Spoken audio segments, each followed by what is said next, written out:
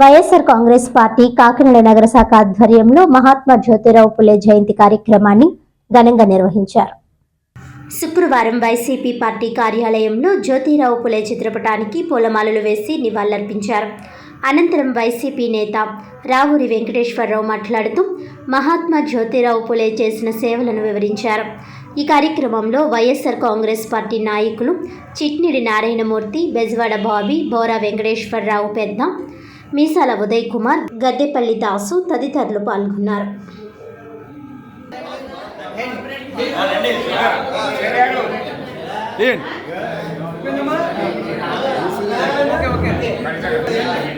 లేదు లోపలికి వెళ్ళండి.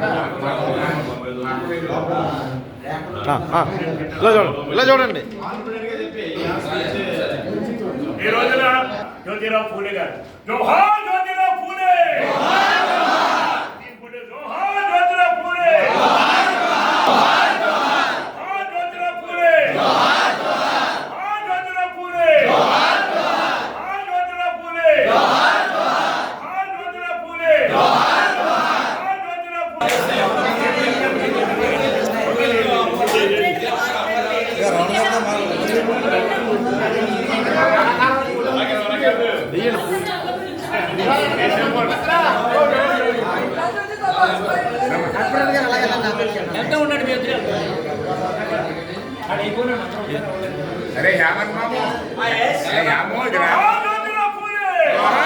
ఈనాడు అనగా ఈ రోజున మన కాకినాడ మాజీ నగర శాసనసభ్యులు శ్రీ ద్వారంపూడి చంద్రశేఖర్ రెడ్డి గారి యొక్క ఆదేశాల ప్రకారం కాకినాడ వైఎస్ఆర్ కాంగ్రెస్ పార్టీ నగర కార్యాలయంలో ఈ రోజున జ్యోతిరావు పూలే గారి యొక్క 198వ జయంతి కార్యక్రమం మనం వైఎస్ఆర్ కాంగ్రెస్ పార్టీ కాకినాడ నగర కార్యాలయంలో ఈ రోజున జరుపుకోవడం జరుగుతుంది.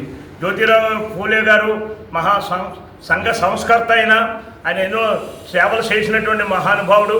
డాక్టర్ బిఆర్ అంబేద్కర్ గారు కూడా విదేశాలకు వెళ్ళి బారిస్టర్ చదవటానికి ఆయనకు ఆర్థికంగా ఆయన బ్రేక్ అయిపోతుంటే అంటే వెళ్లకుండా ఆగిపోయిన సమయంలో ఆ కుటుంబం జ్యోతిరావు పూలే గారి యొక్క కుటుంబం ఆర్థిక సహాయం చేసి అంబేద్కర్ గారిని విదేశాలకు పంపించి బారిస్టర్ పరీక్ష పాస్ అయ్యి రావడానికి కూడా కారకులు అటువంటి మహానుభావుడు జ్యోతిరావు పూలే గారు అని చెప్పి మీ అందరికీ మనవి చేస్తాను. జోహార్ స్వర్గీయ జ్యోతిరావు. కాకినాడ జిల్లా ప్రత్తిపాడు మండలం రాచపల్లి అరుణాచలేశ్వర స్వామి వారి దేవస్థానంలో శ్రీధర్మ శాస్త్ర అయ్యప్ప జన్మదిన పురస్కారం ఘనంగా నిర్వహించారు. ఈ కార్యక్రమానికి ముఖ్య అతిథిగా దండపాని గురుస్వామి కుమారుడు కుమారవేలు గురుస్వామి హాజరయ్యారు. ఈ సందర్భంగా గురుస్వామి డాక్టర్ కంద నానాజీ మాట్లాడుతూ కులమత భేదాలు లేకుండా అయ్యప్ప స్వామి మాలాధారణ చేసిన మనమంతా అయ్యప్ప సేవకులమని అన్నారు. ఆకలితో ఉన్నవాడికి అన్నదానం చేయాలని, లేకపోతే ఆర్థికంగా సహాయపడాలని కోరారు.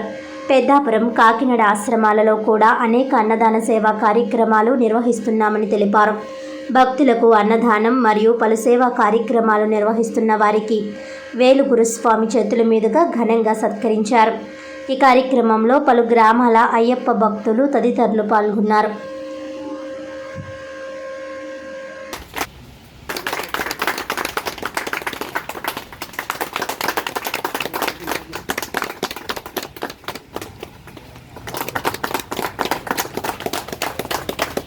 ఈయనే సప్లై చేస్తారట 40 రోజులు కూడా.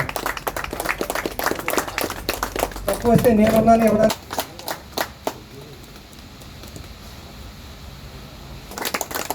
చేస్తూ సంవత్సరం కూడా అలా కొనసాగిస్తున్న వ్యక్తులను వీళ్ళు.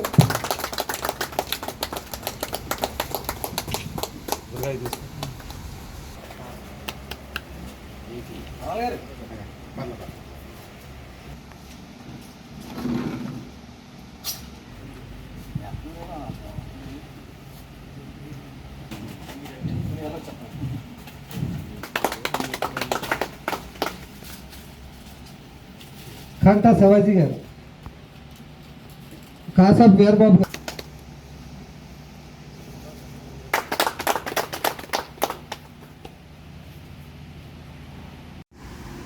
ఉన్నవాడికి భోజనం పెట్టడం దేనికి?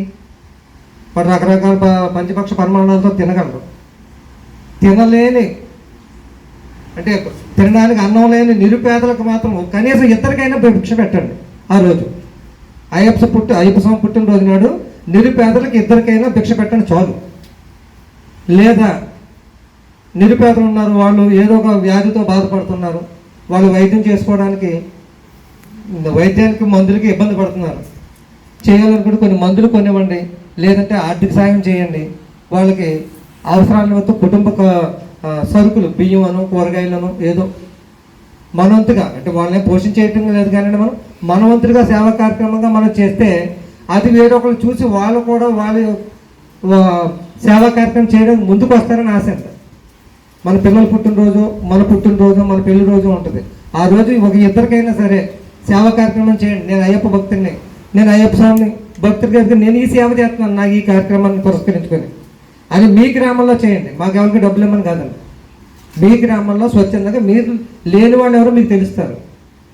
లేకపోతే ఎవరో ముసలాయన ఉంటారు, ఎక్కడో ఊరు బయట పడుకోవడమో ఎక్కడో ఉంటారు, వాళ్ళకు 2 దుప్పట్లు కొని ఒక ఇద్దరికి ఇవ్వండి.